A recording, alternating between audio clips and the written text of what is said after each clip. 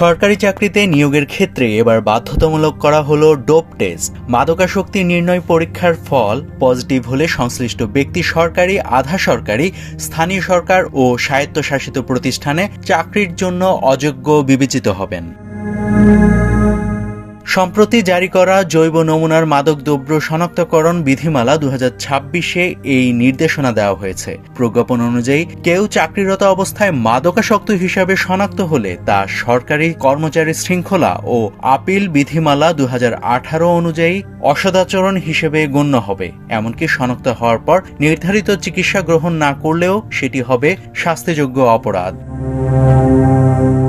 বিধিমালায় বলা হয়েছে, সরকারি ও বেসরকারি প্রতিষ্ঠানে চাকরি নিয়োগের ক্ষেত্রে ডোপ টেস্ট প্রযোজ্য হবে।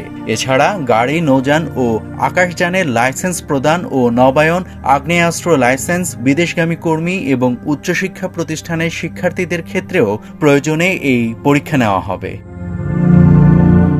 এ বিষয়ে একটি টেকনিক্যাল কমিটিও গঠন করা হয়েছে। মাদকদ্রব্য নিয়ন্ত্রণ অধিদপ্তরের মহাপরিচালককে সভাপতি করে গঠিত এই কমিটিতে থাকবেন স্বাস্থ্য, ফরেনসিক ও মানসিক স্বাস্থ্য বিশেষজ্ঞরা। পরীক্ষা প্রক্রিয়ায় রাখা হয়েছে কঠোর গোপনীয়তা ও নিরাপত্তা ব্যবস্থা। নমুনা সংগ্রহের সময় সংশ্লিষ্ট ব্যক্তির ছবি ও আঙ্গুলের ছাপ ডিজিটালি সংরক্ষণ করা হবে। তবে নমুনার মোড়কে কোনো পরিচয়পত্র নম্বর বা ব্যক্তিগত তথ্য ব্যবহার করা যাবে না। পরীক্ষার ফল কেবল দায়িত্বপ্রাপ্ত কর্তৃপক্ষকেই জানানো হবে।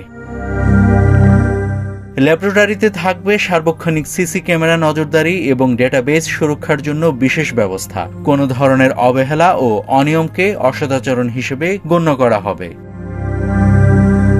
এই বিধিমালা কার্যকর হওয়ার ফলে সংশ্লিষ্ট সবার জন্য ডোপ টেস্ট এখন বাধ্যতামূলক। নাভিদ হাসান, সোনালী নিউজ।